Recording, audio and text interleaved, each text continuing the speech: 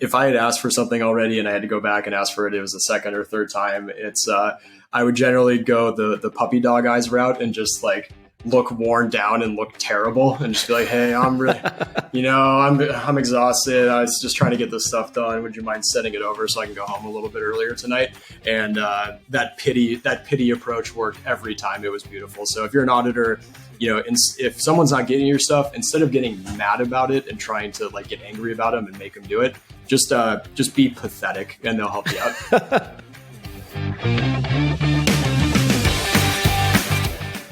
Welcome to the Cloud Accounting Podcast. I'm Blake Oliver. And I'm David Leary.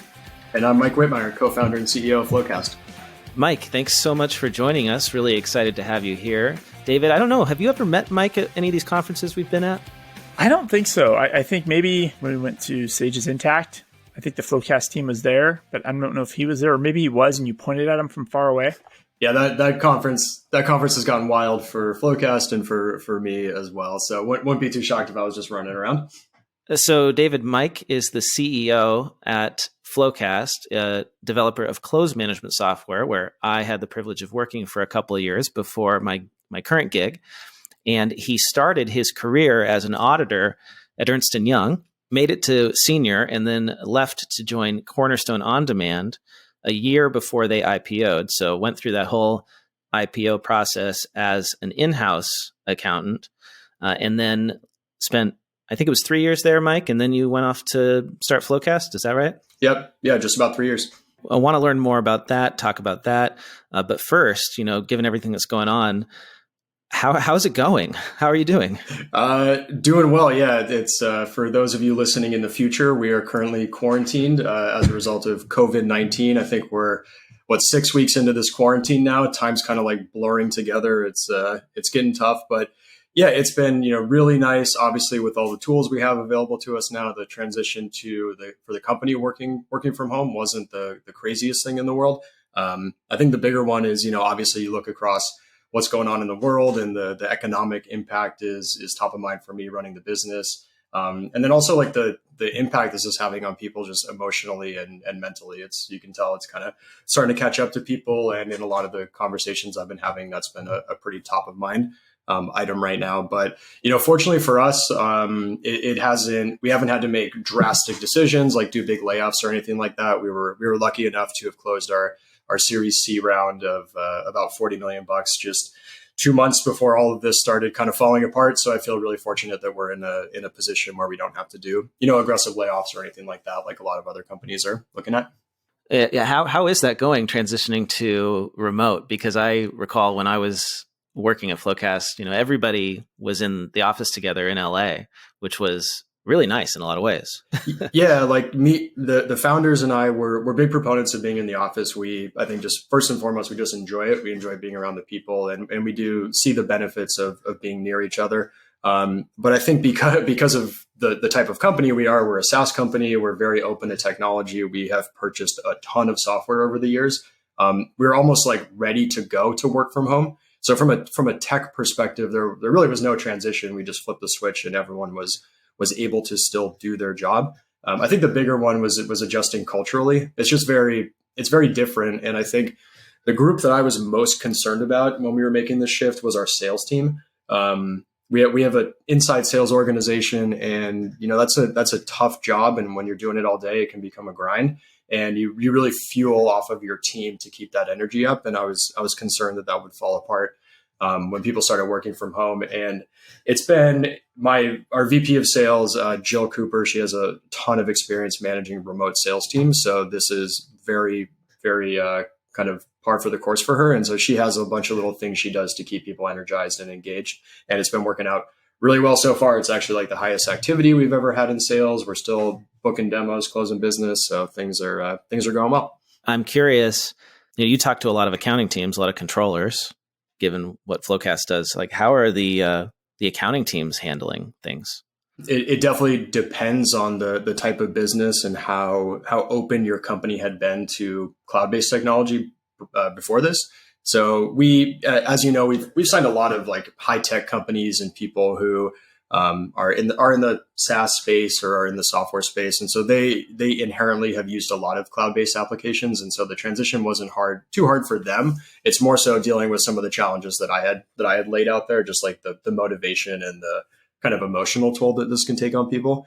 And then some of our clients who are not quite that up to speed, it's tough. All of a sudden you're at home, you're VPNing into your ERP to be able to do some work, and you're fortunate enough to have FloQast to help you at least collaborate and get through the close together. But you do still have that challenge of like, man, I got to use a VPN to get into my ERP, and it just slows everything down in a big way. Yeah. And then, trying to get the actual reports out of that ERP. I mean, I've used somewhere, like the only way I could figure out how to do it was to literally print to paper and then scan the paper. Yeah. Right? Because it's that old. Some of those old things, like I remember at Cornerstone, we used cloud. We were on NetSuite, but we still were very security conscious, and so we were required to use a VPN. And VPNs were so bad, I would rather drive into the office on the weekends and use that than work from my house. Like I would literally commute in on the weekend just so I could be that much faster at home or at the office. It sounds like we need Zoom to like solve the VPN problem, right? Like, yeah, that should be their next mission. And as long as there's like really good security behind it as well, if they get that part sorted out, then I'd be on board with it. So maybe not. So Blake worked at FloQast for 18 months, 2 years or something like that. Mm-hmm. And I talk to Blake every single week. And to be honest, like I don't even know what FloQast does. And so it'd be nice to like start from there, because I know we have accountants and bookkeepers that maybe aren't even familiar with the close process per se, but then like this thing called FloQast that kind of, in my brain, I'm like, it's like this thing and it kind of adds on to Excel and accents Excel. And even the logo, Blake's trying to explain that to me. And I'm like, oh, it's because there's like a pound sign and that's the way you kick off a macro maybe. So I'd love to like just get that stepped back. Like what the hell is FloQast? Yeah, no, that's a very fair question. So we build what we call close management software, and it's a relatively new space. And it developed out of the pain points that I had at Cornerstone On Demand. And like Blake mentioned, I joined a year before the IPO. I was the 5th person in accounting over there. And when you're at about 5 people in accounting, you're working together, you're closing the books, you kind of all have your own assignments. So for example, I was the revenue and deferred revenue guy. So I pretty much focused on that portion of the balance sheet. And then it was all hands on deck for a lot of other processes like financial reporting or FP&A or audit prep or what have you. But the challenges we had was as we scaled, we added more and more people to the team. And by the time I left, we had about 50 people in accounting. And one of the challenges of accounting is that you have a team of people who are all working in silos to try to get their part of the process done, but they're all very interdependent upon each other to hit an ultimate deadline. So a good example is I was the revenue and deferred revenue guy, but I was very dependent on the billing and collections team getting their work done so I could do my work timely and do it, accurately throughout the process. And so collaboration starts to become a really, really big issue because there's just not a solution built to, for example, have a centralized checklist in the cloud where when my AR team would have finished a certain process, they could have signed off on it. I could have gotten an alert that I knew it was my turn to start doing my work. So there's the collaboration component. And basically what ended up happening was we devolved into daily status update meetings just so my controller had an understanding of where we were with the close on any given day, which is not a good use of time. So there's a ton of inefficiency that comes out of that. Accountants, we love documentation. We love standardizing things. We love checklists. And the problem is that's not the best place for Excel to be used. And we oftentimes turn to Excel to do checklists in accounting. And so FloQast has built a tool that helps you manage your close process. It helps your team collaborate around getting that process done. And then, I think one of the tasks that occurs at slightly larger companies, if you're doing bookkeeping or kind of accounting for SMBs, you're not necessarily tying out the entire trial balance. You're really focused on cash and making sure cash and credit cards are going to be reconciled. But when you move up and you become a public company, you're now all of a sudden tying out your entire trial balance, like every single account. And that requires preparing a reconciliation to support each of those balances. And then what you're doing at the end of the month is you're tying out that reconciliation back to your ERP. And when I was at Cornerstone, we had a trial balance with hundreds of accounts on it. And then we started opening up more subsidiaries. And when you start opening up more subsidiaries, all of a sudden we were tying out, thousands of accounts any given month. And one of the problems in accounting is we are all working together, but we're all working together on one single data set, and other people can book adjustments to my account that end up impacting my work. And one of the problems we have is that when you tie something out, it's totally manual. Like I go into my Excel workbook and I see, okay, my deferred revenue balance is $25 million. I go into NetSuite, I open up NetSuite, deferred revenue is $25 million. Awesome. Now I've done that work and I might go home that night and feel good that I've completed my reconciliation. But what if late in the middle of the night, someone from my billing team realizes that they're not going to collect cash, they want to reverse an entry, cancel a contract, it books something to my deferred revenue account? I'm not going to know about that unless I manually go perform that reconciliation again, or the person on my team tells me about that. So what FloQast does to help with that, and this is where that hashtag comes into play. When an accountant goes to perform that tie out process, they'll go find that number. They'll look for the 25 million in the Excel workbook. And then to the right of that number, you're going to type in either TB or GL for trial balance or for general ledger. And that's how you signify that you perform that work of tying it back. So where the hashtag comes into play is instead of typing in TB, you type in hashtag FQ and then the account number that you want to tie that out against. Now, because we're integrated with your cloud storage provider, we're able to then dig through that Excel workbook as well. And we start searching through the workbook. We look at every single cell to see if we can find a hashtag. If we do find a hashtag, we grab it out of the workbook and we display it inside of FloQast. And then on the other side, we integrate directly with your ERP. So it's tied out within FloQast. And what's beautiful about it is it's tied out in FloQast, but then it's also dynamic. And if some change occurs, that there's going to be a refresh, there's going to be an update, and you're going to be automatically notified if anything's changed. And that's really big for the review process, for audit prep, making sure that what you're handing the CFO is accurate, making sure what you're handing the FP&A team is accurate. It goes a long way and ends up saving a lot of time and a lot of money and a lot of headaches. So it's in a nutshell, we help with the broad close process, and that goes anywhere from it's the people, it's your process, and then it's ultimately all concluding with that reconciliation process. Got it. So in general, like Excel's alive in a way, right? It's always refreshing, you change this field, the rest of the fields. But as soon as you start getting multiple people on multiple spreadsheets, things break everywhere. And basically FloQast is kind of keeping those all tied together via this hashtag field. Yeah. A simple hashtag literally takes all your reconciliations and makes them dynamic. Got it. Your technical co-founder, Colin Zanstra, was working at MySpace before FloQast. What the heck does a social media company have to do with close management and software for accounting teams? Well, they have absolutely nothing to do with each other, and that's why we ended up working together. So like one of my favorite things about Colin is I met him, and I'll give a quick overview of Colin. I hope he doesn't listen to this. He probably won't. Colin is a pretty stereotypical engineer. If you watch Silicon Valley, he's very much like the star of the Silicon Valley show. And then, has like a big personality and has a lot of strong opinions. And while he was at MySpace, he tells some hilarious stories about how he was there during the demise of MySpace, is what he says. And he remembers like he was there when Facebook came on the scene and they were all ripping on Facebook. They didn't think it was a problem at all or anything. And then they just went from top of the world to this kind of joke of a company in a pretty short period of time. And Colin was there while they were laying people off left and right. He tells stories about being the last engineer left on his floor.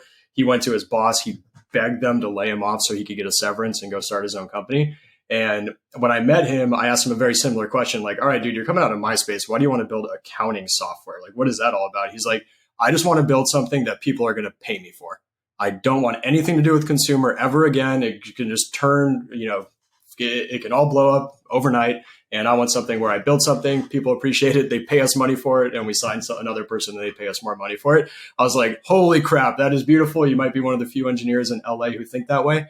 And then we hit it off, and he's brilliant. And it's all worked out really well. Well, so I think we just simplified the FloQast elevator pitch, Mike, which is that FloQast is the opposite of MySpace. Yeah, we're the yes. I would love to be the opposite of MySpace. So it's been 7 years since FloQast started as like the very first vision for it, right? Mm-hmm. And now 7 years later, how many customers does FloQast have? Where are you guys at? I know you mentioned you just raised a Series C round. Like, what's the status? To go back in time a little bit, we've been around for 7 years, but we really didn't start selling until Q1 of 2015. So just over five years of selling at this point. And yeah, quick company overview. So for starters, I guess headquartered in Los Angeles. We have about 150 full-time employees. Most are in LA. We have a couple spread across the country. Today we have 900 clients on FloQast. And we focus on the mid-market. So we look to really help companies that have anywhere from 5 or 6 accountants on the low end of the range up to, maybe a few hundred accountants in their department. That's kind of the space that we sell into there. And venture backed, have raised a lot of money over the years. We now, our Series C was 40 million, which brings our total funding to 93 million to date, and been a big push to invest in product and customer service with all that money. And you have written a book called Controller's Code, The Secret Formula to a Successful Career. And I was fortunate to get an advance copy here. I mean, I'm excited because I don't think I've ever seen a book for controllers before. Why a book for controllers? Well, you're so modest, Blake. If you remember, this was your idea up front.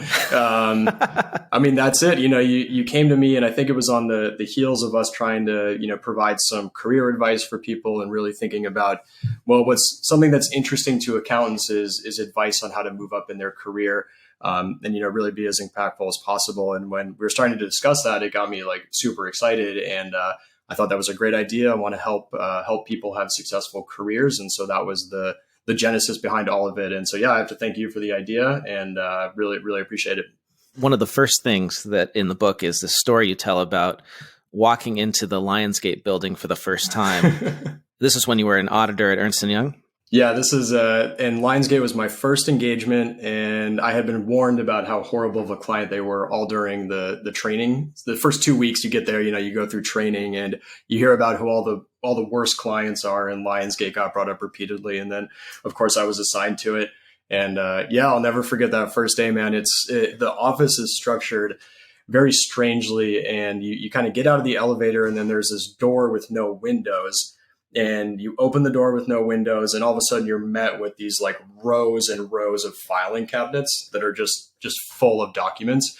And I walked down, it was probably 100 yards. The hall was very long. It was all file cabinets. And then that's exactly how you get to the audit room in the back. You walk by 100 yards of filing cabinets. And then, I sit down, I start doing my job, and I realize, oh crap, these file cabinets are full of the stuff I'm auditing. This is nuts. And just every morning, man, I'm walking through all these documents. I feel like I'm going to war. It was just not a healthy dynamic. So I'll never forget my intro to the audit world. Well, thankfully now we are getting away from those giant file cabinets, although I think a surprising number of accounting teams still rely on those giant binders, right? One of the other points that you start with in the book is, talking about how first-time controllers really struggle in the job a lot of the time. Why is it so difficult when you take that job on the first time? Like, it doesn't seem like it's that way in every field.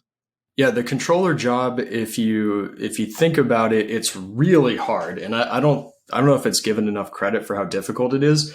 Put yourself in the controller's shoes. You're expected to be really good at accounting, obviously. First and foremost, you need to know GAAP accounting. You need to know how to book journal entries and do all that good stuff. Then you also need to know how to review it. And reviewing is very different than doing. Reviewing is an art. You need to figure out just the right amount of detail to look into, but not too much, because then you'll get bogged down and end up wasting a ton of your own time. That's where a lot of the trust in your team factor starts to come into play. And then you need to know how to manage up. So you have a CFO that you're reporting to. There's a board presentation you might have to give. So all of a sudden managing up and being able to present, those are skills that become all that much more important. And then beyond that, you're now all of a sudden supposed to be a leader and a manager of your team. Yeah, just when you think about it, all of a sudden you go from being an accountant where it's like you can focus on what you're trying to do. You just get your job done. You can go home and deal with review notes. To all of a sudden you have a lot more responsibility that's thrown on your plate. And that's why controllers make good money, is because you take on a whole lot of responsibility in that position. Yeah, it sounds like 5 jobs. Yeah, no, it's really, it's amazing. If you go find a job description for a controller, it's a very long job description. And it's changed a lot over the last few decades, right? It's changed a ton. That's what, that was one of the interesting things that occurred to me as I've been speaking with more controllers and more CFOs over the last 5 years or so. Is it's almost as if the role of the CFO, when I started working in accounting in 2006, it feels like the controller is now the new CFO. And the CFO almost does what I used to view as like COO or CEO level work. And CEOs are that much more removed from the day-to-day operations at this point. So it's almost like everyone's requirements have shifted up a role in the last 15 years, which is challenging, but also exciting, because that's really engaging work to do if it's something that you enjoy. In the book, there's a quote from Jerry Raphael. He's the CFO at Stack Overflow. Yep. Great guy. And he says that the controller is, quote, uniquely positioned to influence the drumbeat of the entire organization. What does that mean to you, that the controller, beats that drum? When he talks about this stuff, I think what he's referring to is accounting sits very much in the middle of the organization. And we're one of the few departments that deals with every other department. There's HR deals with every other department, and then kind of accounting, and that's sort of the end of the list. And so with that, you have really interesting insight into what everyone's doing. And then you're also working with all of them at the end of the month and holding them accountable for getting their job done. Now, Jerry at Stack, when he was the controller, he was in Stack was a lean accounting department, lean finance and accounting department, and a lot of the finance responsibilities overlapped into accounting. And so Jerry was, not just the controller, but also like director of finance on top of that. And what that means is when you're doing the finance and budgeting process as well, which a lot of controllers are now involved in that process, that's how you really help drive the drumbeat of the organization. You're holding people accountable for hitting their numbers, for not spending too much money, for spending intelligently. And if you're doing that on a monthly cadence, that's where that drumbeat comes in. It's like every month you're making sure people are staying on track. And I don't think that's an impact that a lot of people appreciate. So like practically speaking, we're talking about making sure that every department has that budget versus actual report and is being held accountable, like staying on their budget and hitting their numbers and all that. Yeah. And it's amazing how much the financial implications like that drive behavior, obviously. And being the controller who has those financial conversations, you're able to, if you're clever about it, you can ask certain questions or word things a certain way that help drive the right behavior for the organization. Yeah, it's an interesting challenge, right? Because you could be seen as beating the drum, or as a taskmaster, or as like holding people to account, but without them hating you is really difficult, right? Yeah, that is a really, really difficult fine line that accountants need to play. And that all comes down to having very high emotional intelligence. In my experience, when I was an auditor and when I was an accountant, the best approach I had whenever I was requesting stuff from people was just a ton of empathy and really trying to make sure what I was asking of them was reasonable and was helpful. In fact, like one of the funny stories, I don't even know if you and I have chatted about this, but two of our very, very, very early investors at FloQast they were executives at Cornerstone. And there were people I worked with closely, but I worked with them in the capacity of just bothering them all the time, asking them every month to give me information and reminding them of, hey, let's button up this process. This would be a lot easier if we did it this way, blah, blah, blah. And I'm just the senior accountant trying to drive this. And when I reached out to him to start the company, I was like, man, there's no way in hell they're going to give me money, because all I did was bother them for 3 years. But I must have done it in the right way. And I think having that empathy and understanding or requesting the right things is the right way to do it, because both of them, immediately cut me checks. And that was a big part of getting the company off the ground. So yeah, my advice on that is if you're going to be the drumbeat of the organization, you do need to be reasonable. You need to have high emotional intelligence, come to the table with empathy. Everyone you're meeting with has a full-time job on top of talking to you about this stuff. So you just need to be understanding and reasonable and empathetic. Well, that's an interesting insight, because I have always thought that the job of the auditor did not really prepare anyone very well for the job of the controller. But what you said makes me change my mind a little bit, because as an auditor, what are you doing like 90% of the time when you interact with clients? It's asking them to do stuff for you, to get you documents, to get you what you need, right? And unless I'm missing something. No, you are. You're not. It's so important. It's a big part of the job. And I think a lot of auditors and a lot of accountants ask the wrong way. And they have incorrect expectations because they think that their request should be at the top of the list. And reality is these people have full-time jobs. And I've always found, just advice for the audience, I kind of don't want to give it away, but if I had asked for something already and I had to go back and ask for it, it was the second or third time. I would generally go the puppy dog eyes route and just like look worn down and look terrible and just be like, hey, I'm really, I'm exhausted. I was just trying to get this stuff done. Would you mind sending it over so I can go home a little bit earlier tonight? And that pity approach worked every time. It was beautiful. So if you're an auditor, if someone's not getting your stuff, instead of getting mad about it and trying to like get angry about them and make them do it, just be pathetic and they'll help you out. I love that. So like you got to get rid of the ego. Oh yeah. And just be willing to do what it takes to get the client to empathize with you. Yeah, because they've been in your shoes. So if you're there and you're being adversarial, then they're going to get pissed off and be like, F you, when I was an auditor, I would never have done this. I would have done it this way. But if you're looking tired and you're like, oh, I was here till 10 o'clock last night, they remember those days and they're going to help you out. Well, I'm thinking this is great advice, not just for auditors, not just for folks in-house and mid-market companies, but, like also if you're an accountant, you have a small firm, or even if you're just a bookkeeper, you're always bugging clients to get you stuff. Like that is the thing that happens every single month is I need your bank statements, or I need you to sign this document. I need you to give me this so I can do your tax return. And it's the challenge in the job, or I think where like people succeed or fail a lot of the time isn't in, filling out the forms, because like that's a right or wrong kind of thing. Like you either do it correctly or you don't. Where they succeed or fail is in the way that they ask for this information, the way they interact with their clients in getting this information. And right now it's been email, right? Like many times, right? Or you call them on the phone, right? Or there's been, God forbid, you send them a text. But now with Zoom, right? Maybe the accountant has that beat down look, and so when you have a Zoom with your client, they're like, "Oh yes, I'll try to get you that stuff right away." Yeah, I mean that's one of the keys of my little strategy there is it's never over email. I'm at their desk asking them for this stuff and just looking pathetic. That's what I'm going for. Interesting strategy. I mean, if it works, it works. The beta mail approach is very underrated. You have a story in the book, and you're talking about how, early on you're starting to get in the close process, but the reality was you've never done it before, and you took a college class and then you did one bookkeeping project with like 20 transactions. And that was the only thing you ever learned about the close process. Like, is that true for everybody? Was that just your situation? Like, how do people get prepared to go down this career path? I think it's very common. And the problem is when you go to audit, you haven't actually done the job before, yet you're reviewing other people's work. So it's a really strange dynamic. I would argue we're doing it backwards. I think you should go do accounting and actually book some journal entries and reconcile some bank accounts and, review some work papers before you actually head over to the other side and tell people how to do their job. That's a funny observation. I always thought that when I was at Intuit with QuickBooks engineers. Yeah. I was like, it's probably more efficient to go give them $100,000 and tell them to go run a business for a year and then bring them back to be a product manager or an engineer.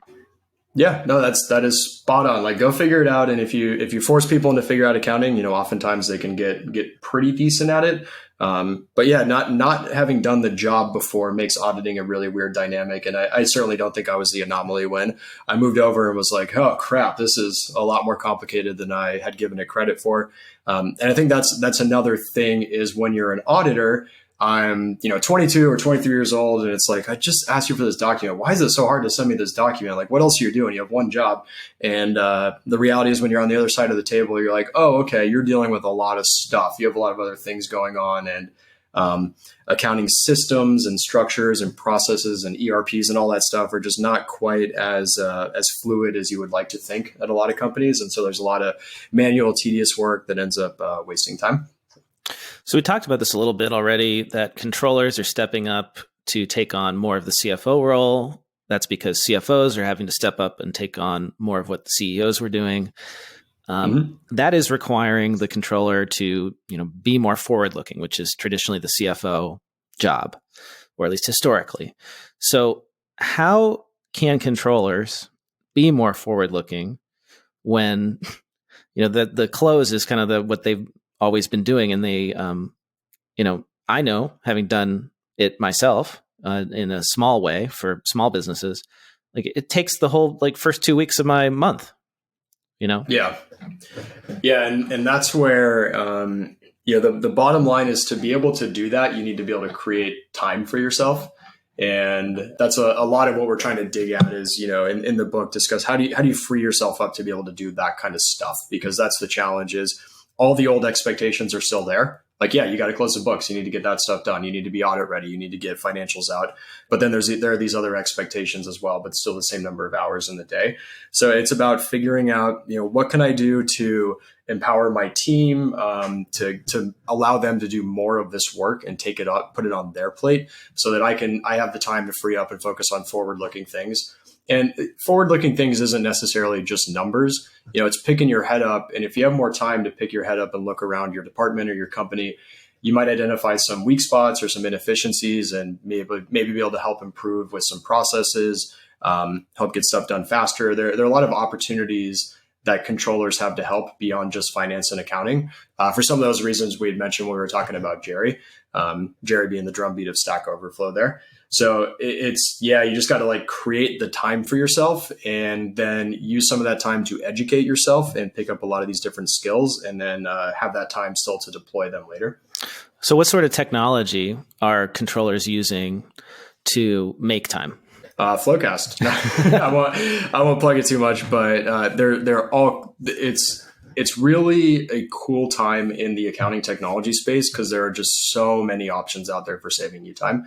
A good example is if you can get a bill.com in place, something like that, or a Tipalti or some other system that automates paying bills, then all of a sudden you're just spending a lot less time reviewing anything. And you're going to get to the point where you trust the systems and you feel confident that everyone's working, and you're ultimately going to spend no time on that, or you push that work down a layer. And that's just one example. As you guys know, you talk about cloud accounting all the time. There's so many options out there. Yeah. Do you mind sharing the tech stack that you use at FloQast? What was that? Do you mind sharing the technology stack in the accounting department that you use at FloQast? Oh, yeah. Internally. So we use, NetSuite's our ERP, and we use, obviously we use FloQast, and then we use, which one exactly for commissions calculations? Commissions is one of our more tedious processes. So we want to get that one automated. So now that all flows into NetSuite to prepare things. We use Expensify on the expense management side. They are having some interesting times right now as well. Mm-hmm. And then I'm trying to think on the billing side, I think we use bill.com, but I'm not positive on that front. We're actually right now delving into a prime example of how I'm the CEO and I'm so disconnected. I'm not sure of every system that we're using, but I think that's the gist of it. Those are the key. Oh, and then we're actually implementing adaptive insights right now on the finance side. Got it. There's actually a diagram in the book, and I wish I could find it, that has the whole tech stack. And I thought it was really helpful. If I can find it, then I'll fill out that list for you. Andreessen Horowitz just put out a really awesome report about software that you should be looking at right now to help become more efficient. And it was cool. FloQast made the list, which was awesome, but they have this really cool diagram of this wheel of software that would live around your ERP and a ton of things in there, a ton of great information. Oh yeah, here's the diagram. I found it. So FloQast, it's kind of amazing how many apps FloQast is using now. And I think it was kind of similar when I was there. It's gotten, yeah. And just outside of accounting, I mean, we use at least 50 or 60 different types of software. I think there's apps now that just help you keep track of all your apps, if I'm not mistaken. Yeah. Okta, we're on it. we of course we own it. Yeah. So for people, on the people side, you've got Lever. Is that the one for the options? I forget. Lever. Lever's hiring. For the hiring, the interview process. We use Carta on the options side. Okay, we got Bamboo HR, Expensify, Next Travel, and Gusto for payroll. So we actually just switched off, and we are now Paycom users. Oh, is that because you exceeded their threshold Like it, Yeah, I don't know if we exceeded or it was just we consolidated some of the functionality from Gusto and Bamboo into Paycom. Got it. And Paycom just had some other stuff. I don't know. I was pretty removed from that evaluation. So on the accounting or data side, it's NetSuite, Accrualify, Exactly, Excel, Salesforce, Avalara, and Outreach. Yep. And, Avalara, there's one. I forgot about them. Yeah, sales tax for SaaS now is getting kind of complicated, isn't it? Yeah, it's I would love to not talk about sales tax ever again. That'd be great. And then on the process side, it's Google Apps or G Suite, Slack, Zoom, FloQast, of course, and Google Drive. Yep. So that's it. And that's just the small like representative sample from accounting. If you actually like go and look at what all the engineers are using and what the marketing folks are using and what the salespeople are using, I mean, it's got to be like 100 things. Oh yeah, then we're getting into Pardot, Asana. We got a Jira on the other side of the house. There's so much stuff; it starts to pile up. So that leads me into a great relevant question, which is, the controller is often the guy or the girl in charge of managing all this stuff, at least on the accounting and finance side. So, like, how do you do it? It's not like we got trained for this. The good news is a lot of the solutions that we've chosen a lot of solutions because they could be, administered by our accounting department. We have an IT team, but they're not super robust and don't have a ton of cycles to deal with like really, really bulky applications. So we have been cognizant about that. I think Avalara and Expensify are some good examples, just like super easy to use. Integrations are pretty easy. And accountants can figure that stuff out.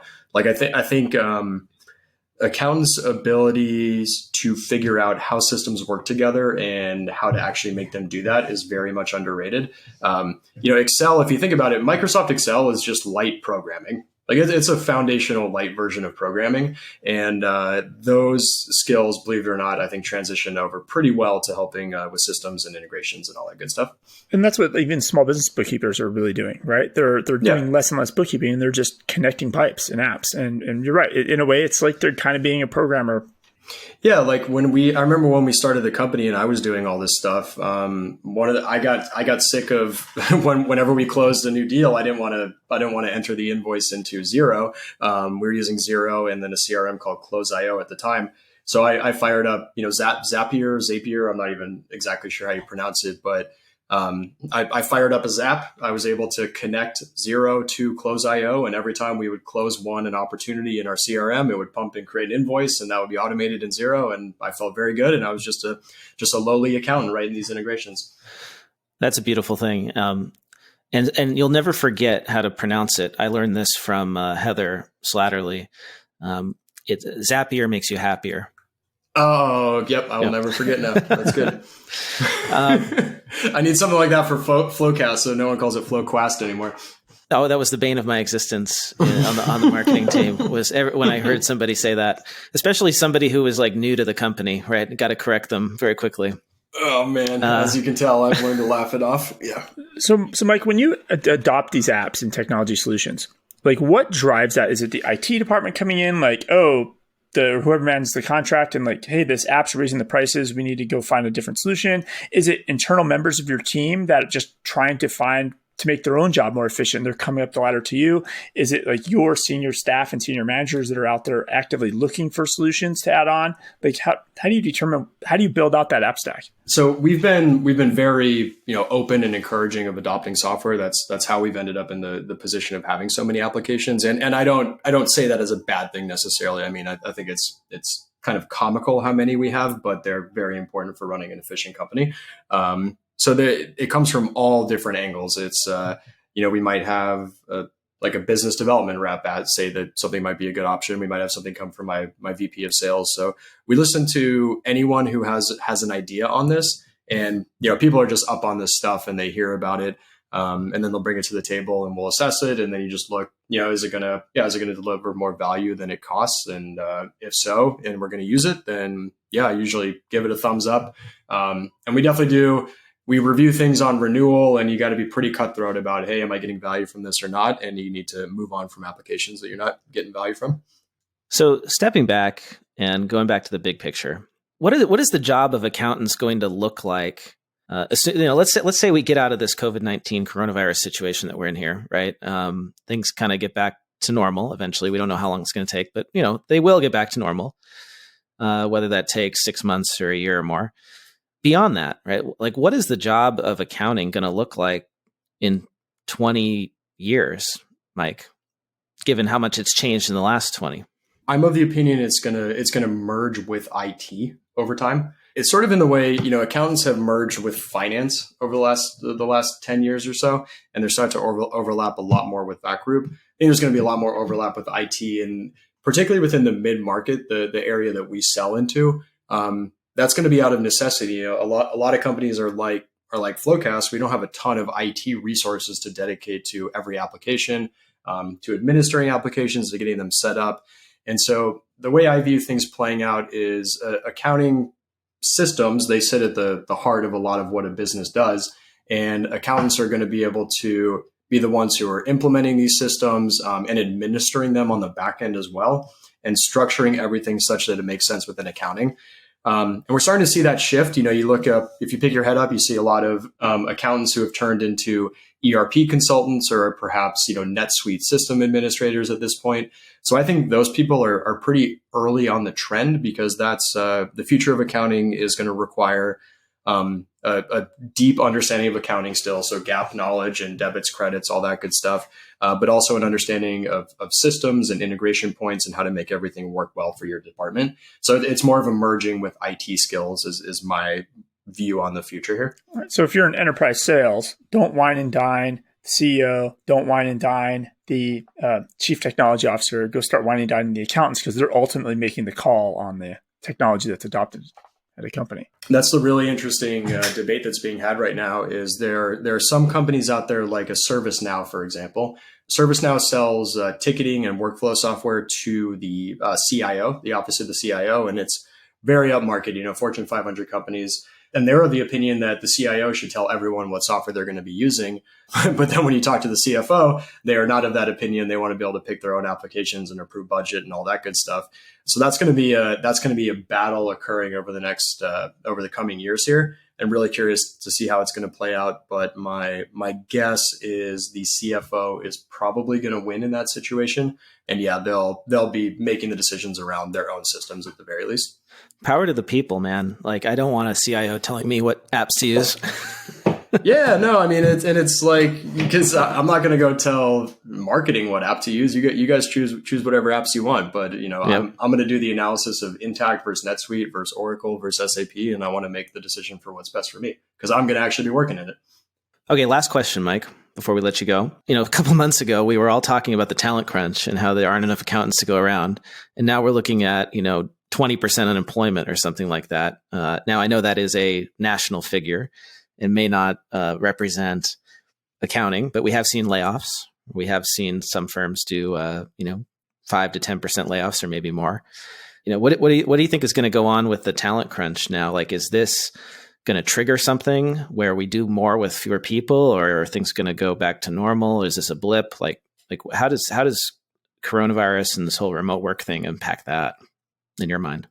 Well, what we have seen early on is accounting and finance jobs seem to be much less impacted by layoffs than other positions. In the conversations I've had with my board members, with what a lot of the different companies are doing out there, it's unfortunately mostly layoffs needing to occur on the go-to-market side or customer support. The idea is if there's not as much business out there and you're not going to have as many customers, you just don't need as many resources in those groups. We are fortunate enough that accounting has not been hit hard, and that's because they're already running lean. There was already a talent crunch. And so we are seeing with our clients, at least, there's not a drop off in number of users. We're not getting calls from our customers saying, hey, we just had to let go of 10 people. Can you reduce my user count or anything like that? So I think the good news is, accountants have been less impacted than others by this whole mess. So the talent crunch is actually still going to exist in our field, I think. But what's going to happen is, people are going to look at, okay, how do I scale my company without having to add more people to my accounting department? And the early signs are we're seeing a lot of people are turning to technology to try to figure out how to make that work. So I think 2020 and 2021 is a really big year for all of our collective spaces in the kind of cloud accounting and finance area. So it's a bummer of a time, but I do think it's a year where people are going to really, really understand the value of applications like FloQast and like Giraffe as well. It could be good. So it's a terrible situation overall, but I do think for accountants, the talent crunch is going to exist, and it's about finding efficiencies and just further supports the need to really really brush up on IT skills, learn all these different systems so that you're going to be really valuable and really relevant in the space going forward. And if you're an accounting or finance professional or an aspiring accounting and finance professional, and you want to learn how to do that, check out Michael Whitmire's book on Amazon, Controller's Code, The Secret Formula to a Successful Career in Finance. You can pre-order the Kindle edition that will be auto-delivered to your Kindle on April 28th. So very soon, in 4 days here. I'm hoping it's something that is really helpful for accountants. I think it's a super important topic to people in our field. We're very motivated and career driven and want to move up. So I'm hoping this can help some people out there. And the link will be in the show notes. So if you're looking for that book, you can either go to Amazon and just search for Controller's Code, search for Michael Whitmire, or hit the link in the show notes and it'll take you right there so you can pre-order with one click. And Mike, if people want to get in touch with you, follow you online, or learn more about FloQast, what's the best place for them to do that? If you want to learn about FloQast, definitely check out the website. If you want to connect with me, feel free to shoot me an email. I'm just mike@flowcast.com. I like posting some obnoxious LinkedIn content, so feel free to follow me on LinkedIn. Yeah, and all that good stuff. But happy to chat with anyone who is interested in this stuff. And that is FloQast spelled FLOQAST. No U. Yes, FLOQAST. No U and that weird Q in the middle. Yeah. Yep. And if you want to follow me online, I'm at Blake T. Oliver on Twitter. And how about you, David? I'm at David Leary on Twitter. And definitely follow David and follow the Cloud Accounting Podcast on Twitter, because we're tracking all this PPP stuff, the second round and the loan forgiveness. And I realize as I say this, though, that a lot of folks are going to be reading or listening to this after all of that is probably already over because things are moving so quickly. But follow us on Twitter anyway, and we'll keep you up to date with all the latest cloud accounting news. I think even if you listen to this a decade from now, PPP will still be in the news. It's fascinating. This is going to be... Who knows how long these hearings will be going on. No, you guys will be talking about this for many podcasts to come. Mike, thanks for your time today. Great chatting with you, and have a great weekend. Yeah, thank you, Blake. Thank you, David. I appreciate it, guys. Thanks.